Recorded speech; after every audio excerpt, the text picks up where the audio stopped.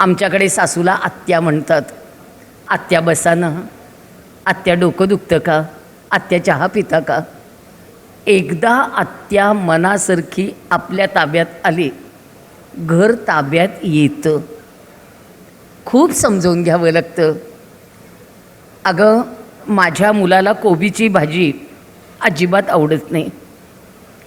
त्यांनी लहानपणापासनं एकदाही कोबीची भाजी खाल्ली नाही. त्याचं लग्न झालं आणि एक दिवस रश्मीने कोबीची भाजीच केली. आम्ही सगळे जेवायला बसलो. तिने माझ्या मुलाच्या पानात कोबीची भाजी वाढली.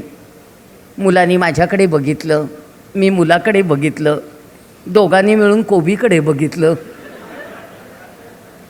त्यांनी माझ्याकडे बघून खून केली. तेव्हा मला कळलं, आता आपण मध्ये बोलायचं नाही. आता तो ती भाजी खाणार आहे. त्यांनी ती भाजी खाल्ली आणि तिला वाटलं त्याला ती आवडली, म्हणून तिने परत वाढली.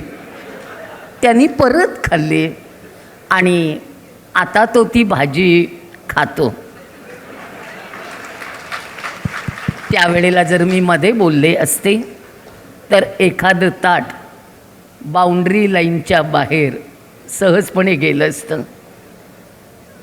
बायकांनो, बोलायचं नाही. त्यानंतर मी त्याला एकदाही म्हटलं नाही, माझ्या हातची खाल्ली नाहीस रे, आता कशी खातोस. बायकोच्या हातचं आवडतं वाटतं, त्याला बायकोचं ऐकावंच लागतं.